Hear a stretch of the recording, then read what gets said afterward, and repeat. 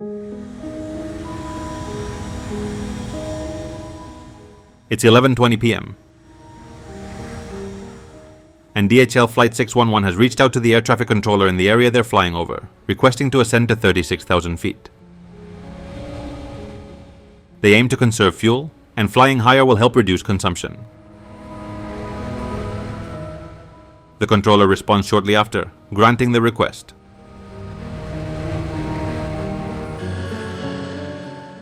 Meanwhile, the Bashkirian Tupolev 154 continues at its altitude and cruising speed as it traverses through the heart of Europe.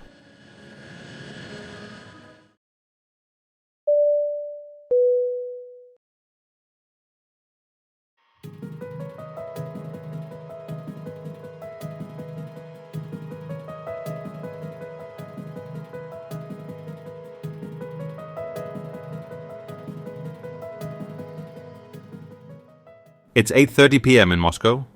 Here, Bashkirian Airlines Flight 2937 is finalizing preparations to depart for Barcelona.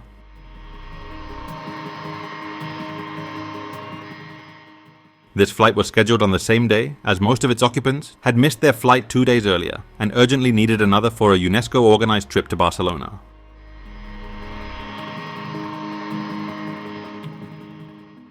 The airline agreed to charter this flight since Barcelona was one of its regular destinations. In total, 44 children, the top students from the school accompanied by some teachers, and a few other passengers taking advantage of this flight make up the 57 total passengers of Flight 2937.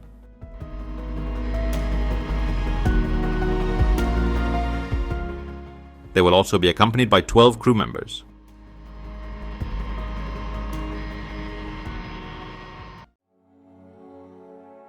The aircraft is a Tupolev 154, a Russian medium-range plane with a capacity of between 150 and 180 people that began commercial service in 1968. Although the model used today was manufactured in 1995.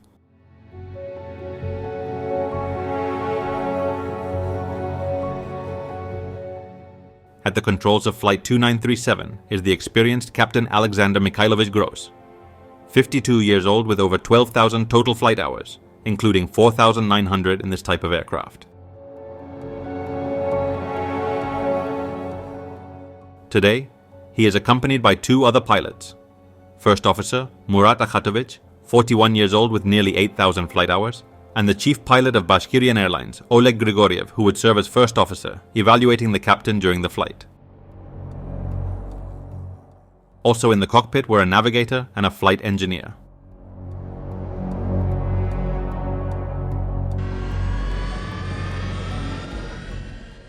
At 9:48 p.m. local time, Flight 2937 began to accelerate down the runway.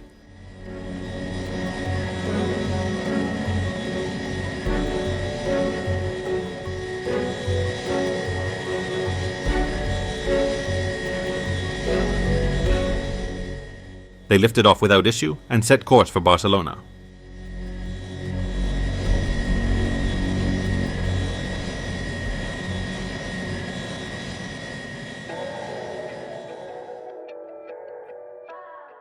Meanwhile, in Bergamo, Italy, a DHL 757 that arrived from Bahrain 2 hours earlier is about to depart for Belgium. At the controls of DHL Flight 611 is British Captain Paul Phillips, 47 years old, accompanied by Canadian First Officer Brant Campioni, 34 years old. Only the 2 of them are on board.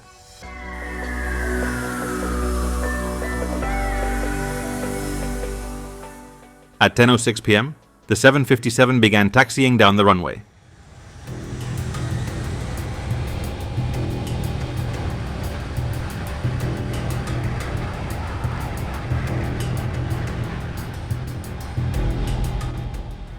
They took off without any issues and began their climb to FL 260. At that moment, the Russian flight had already been in the air for a little over 2 hours.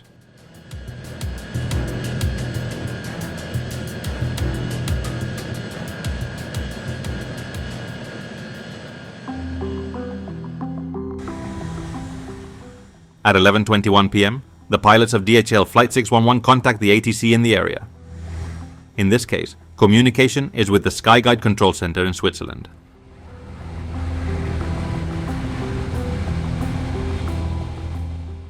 At that hour, Swiss airports are closed, so the workload for controllers is low. They only need to monitor the high-altitude aircraft flying over the area since there are no landings or approaches to their local airports. As it is always the case, the two controllers in the room have the habit of taking turns during the night. While one controls the sky, the other rests in an adjacent room.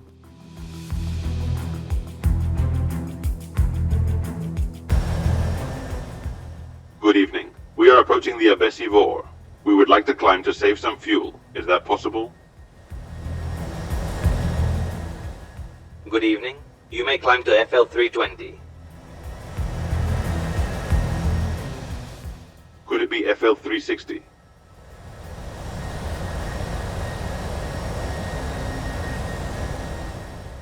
At that moment, the conversation was interrupted as the controller was disturbed in the control room by technicians sent by the company to update software and realign some antennas.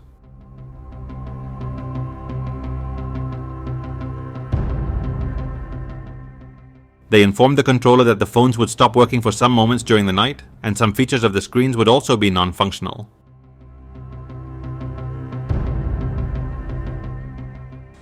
After this interruption, the controller gave the green light to the 757 to climb to 36,000 feet, the same altitude at which the Russian Tupolev was flying.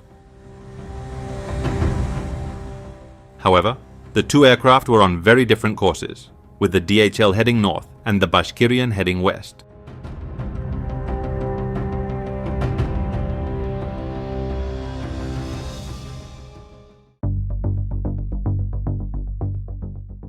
The night was about to become a bit more complicated for the remaining awake controller. With the technicians already changing the controller's usual routine, now an Aeroloid A320, arriving quite late at Zurich airport, which was already closed to traffic, requested to land there. This made his eyes shift from the radar, neglecting both the 757 and the Tupolev.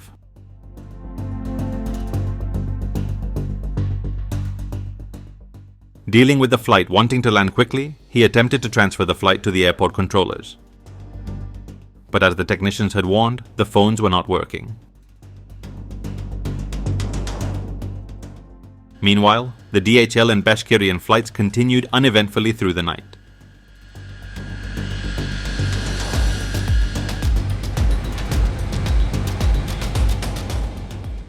As the controller guided the Aeroloid on the farthest radar to its location, on his own, the flights traveling at FL 360 were dangerously close. Normally, his screen would have generated a warning about this, but that functionality was one of the ones that would not be operational that night without the controller's knowledge.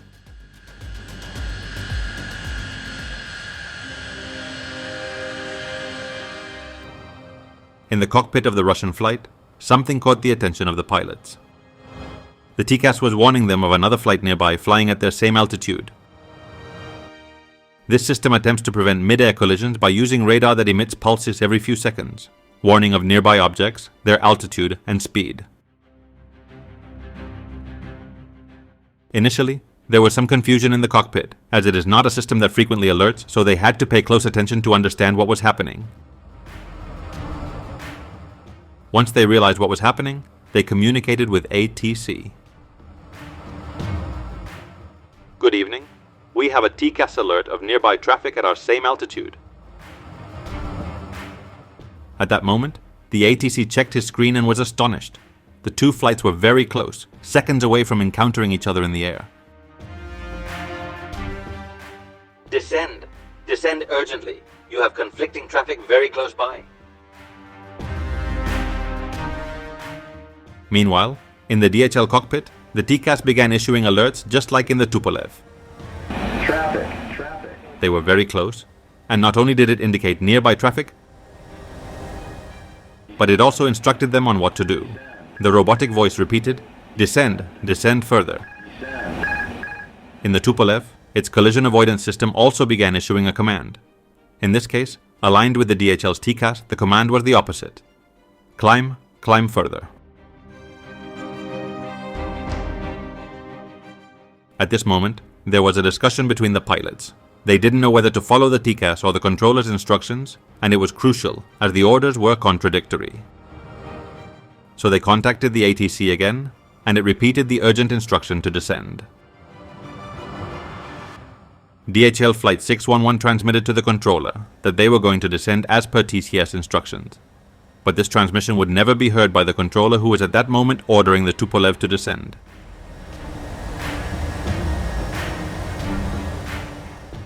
In both cockpits, the TCAS continued sounding, giving orders. The pilots, increasingly nervous, looked up to see the approaching aircraft. They saw each other. The combined crossing speed exceeded 700 knots. The collision was imminent.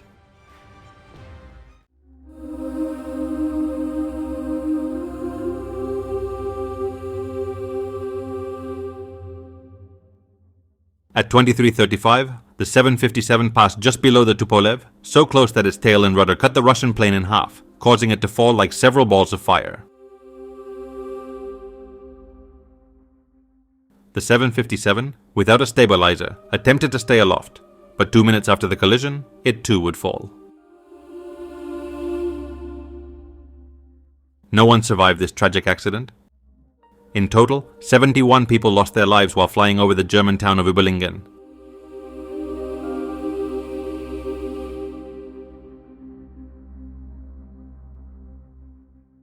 According to some witnesses near the area where the Russian Tupolev crashed, what they saw was terrifying. Remember, 48 children were on board the aircraft, and most were ejected from the plane as it fell. The entire area near the disaster was filled with bodies, some on the streets, others in house yards.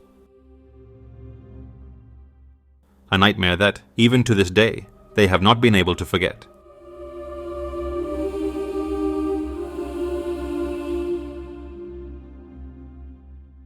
And if this weren't enough, the tragedy did not end here.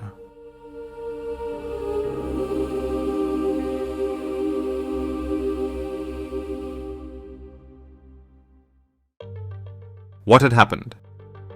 How did two modern aircraft equipped with TCAS systems end up colliding? The BFU, German Federal Bureau for Aircraft Accident Investigation, initiated one of the most important investigations in modern German aviation history. As dawn broke over Überlingen, investigators were already on the scene. Thousands of people worked to cordon off the area, locate debris, and recover human remains. In the end, it would take several days to find all the bodies.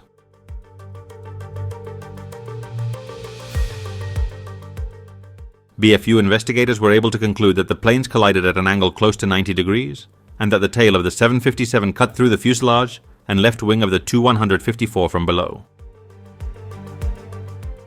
Subsequently, the Tu-154 broke apart in flight, while the 757 lost control and crashed nearby. Western media, apparently citing the Swiss Air Traffic Control Agency, suggested that the Russian pilots had not followed the controller's instructions to descend. Russian authorities lashed out at the reports, implying that the controller was to blame for telling them to descend in the first place.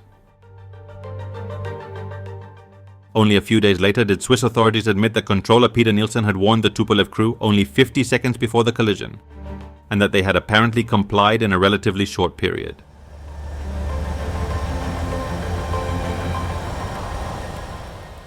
The black boxes revealed the fundamental misunderstanding that led to the accident.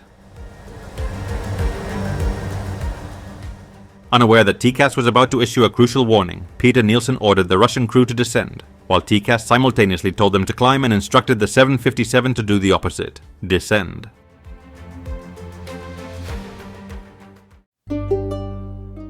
Faced with the choice between the controller and their TCAS, the Russian crew chose to obey the controller and descended directly into the path of the 757.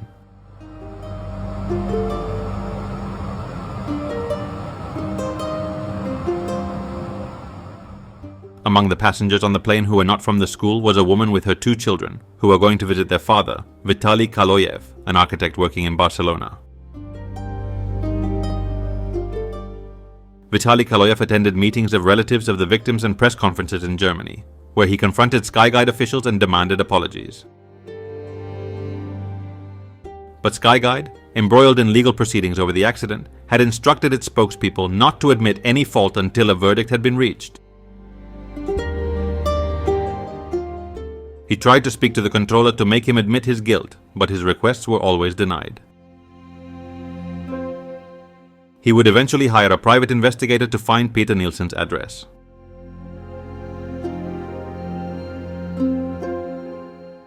Kaloyev arrived in Zurich in February 2004 and checked into a hotel.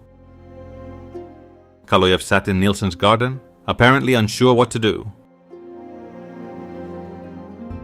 When Nielsen finally came out to see who the person sitting in his garden was, Kaloyev confronted him and showed him pictures of his children's bodies. Cornered in a corner, Nielsen pushed Kaloyev aside. It was at that moment when, blinded by anger, he stabbed Nielsen several times in the chest, fatally wounding him. The next day, police arrested Kaloyev in his hotel room and charged him with premeditated murder, although he would only spend 4 years in prison.